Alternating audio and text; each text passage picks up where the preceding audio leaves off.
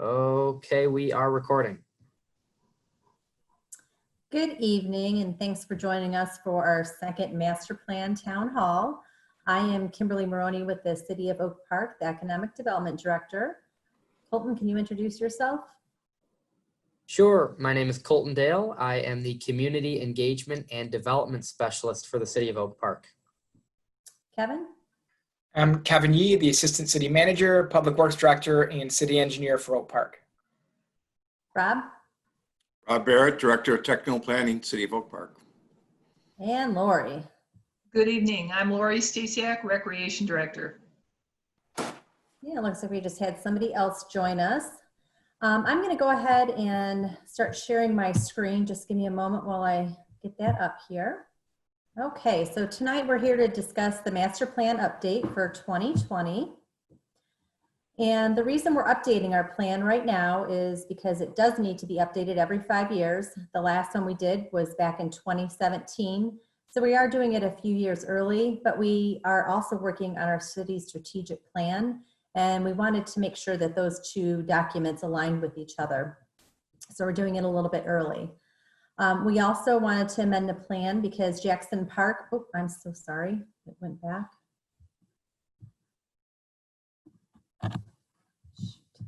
I apologize. Jackson Park needs to be removed as a municipal park as Ferndale Public Schools is planning to build a new school on that site. And then they're going to build a new community park on the site as well. And we also wanted to make some updates to reflect the numerous changes that we've had in the community since 2017. I'm just going to go through the changes by section, and you'll be able to find this report on our website in a few different areas. If you have any problem finding it, you can reach out to any one of the staff that you see here. The executive summary is the first change that we made. And all we really did there is talk about the new 2020 census that is underway right now. In the housing section, there were two changes made. One is we added the paragraphs to discuss the affordable housing developments that we've done the last few years, and those include Jefferson Oaks and Coolidge Place. And then we also updated the current housing statistics for housing and rental values, which have gone up dramatically since 2017. Our existing land use section includes a new land use map as we've made changes since 2017. And then in the recreation portion, we had two changes there. Back in 2017, we had hoped to enter into a cooperative agreement with Hazel Park, but now the new plan reflects that we have in fact done so already. We also updated our list of parks by removing Jackson Park and then adding in our new parks, which are the 9 Mile Linear Park, Seneca Pocket Park, and the Sherman Pocket Park. The complete streets plan section was updated.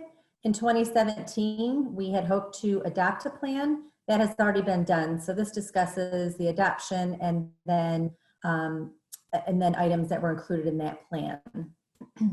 The public input summary was also updated. We did some additional surveys in regards to doing both the strategic plan and this master plan to get additional public input on those. And then the goals and implementation sections were updated to remove goals that we've already accomplished, add new goals, and changing the timelines.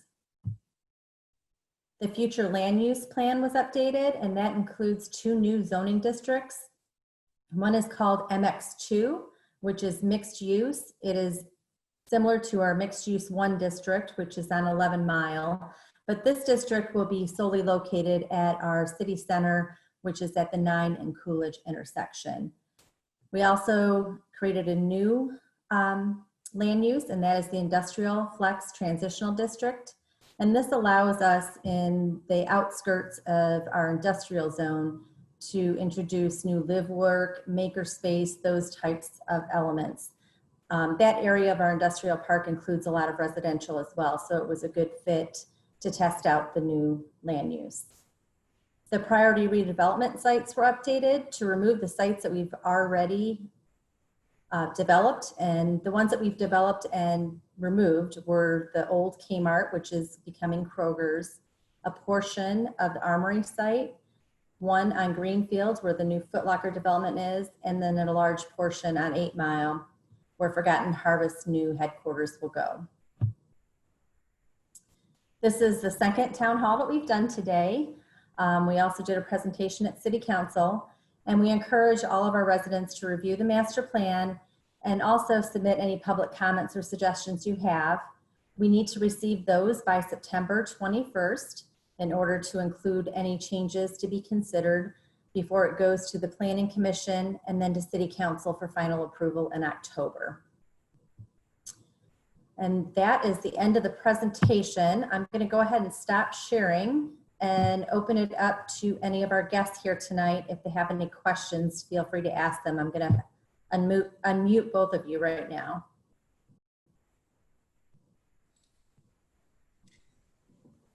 Yeah, I believe we have a total of 3 guests, Cynthia, Don, and Sam. If you have questions, you can unmute yourself, you can turn your camera on, you can use the raise hand feature, or you can also use the chat box.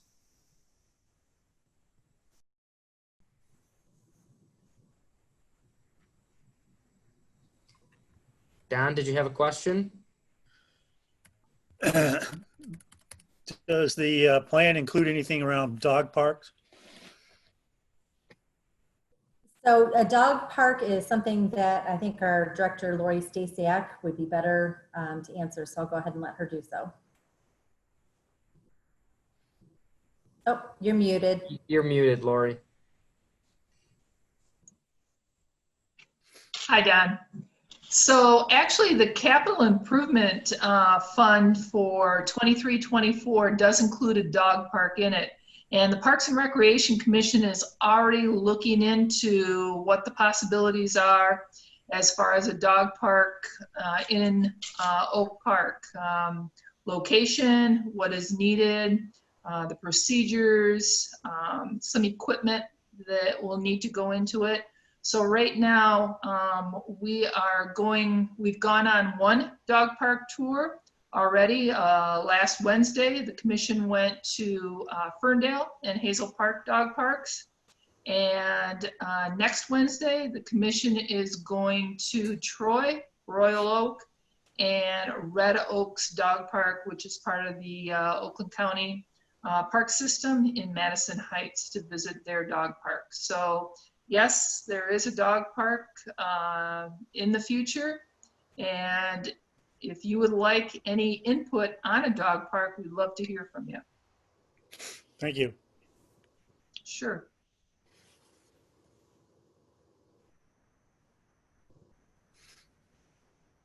Sam or Cynthia, do you have any questions?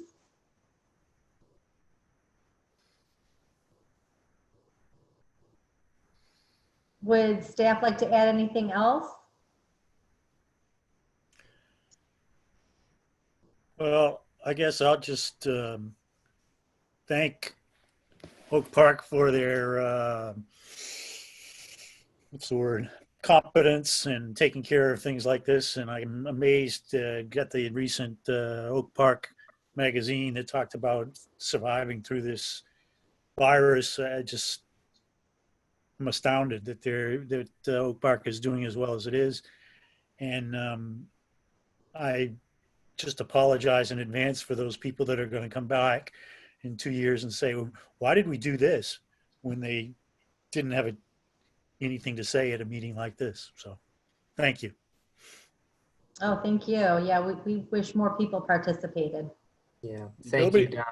Nobody seems to show up until you start putting out the survey flags. So sometimes I wonder if that's the way to have a meeting. Start the project and then do the public input. Just fake start. Yeah, do a fake start. There you go. Yeah. What are you doing here? We don't know. We just want we wanted you to get you to ask the question. Because I mean, seriously, you guys have worked very hard at getting input from people, and it's pathetic. The people don't show up until this concrete's being poured. We'll have I want to thank you, Don, for those comments, because I can appreciate that you appreciate the fact that there's a lot of work that goes into all this on the front end. I can only think that most of our residents, or many of them, are appreciative of what we are doing and accomplishing, because most of the feedback that we've had has been positive, and we've been trying to do some different, unique things in this community.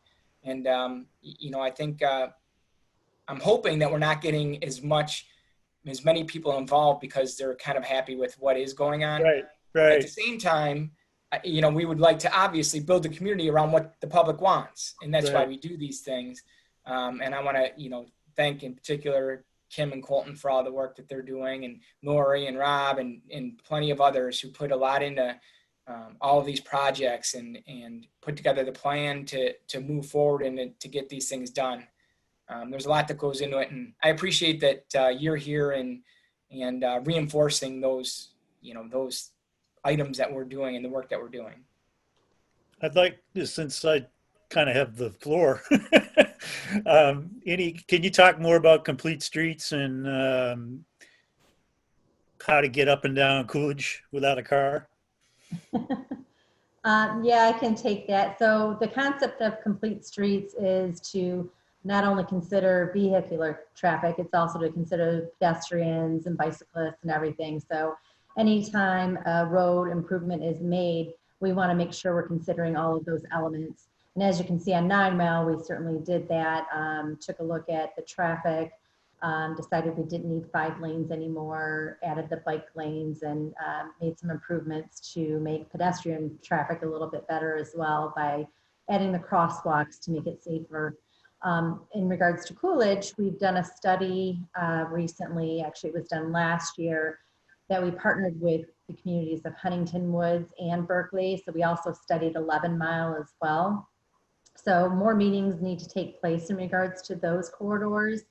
It suggests that we could do possibly a road diet, but based on the traffic counts, I don't think that that is going to be a possibility, but we could look at things like improve median crossings like we did on 9 Mile to make crossing the road a little bit better.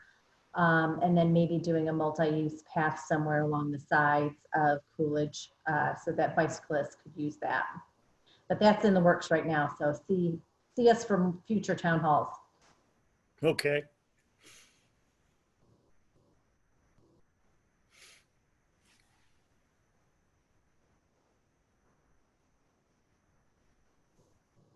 Anybody else have anything for us?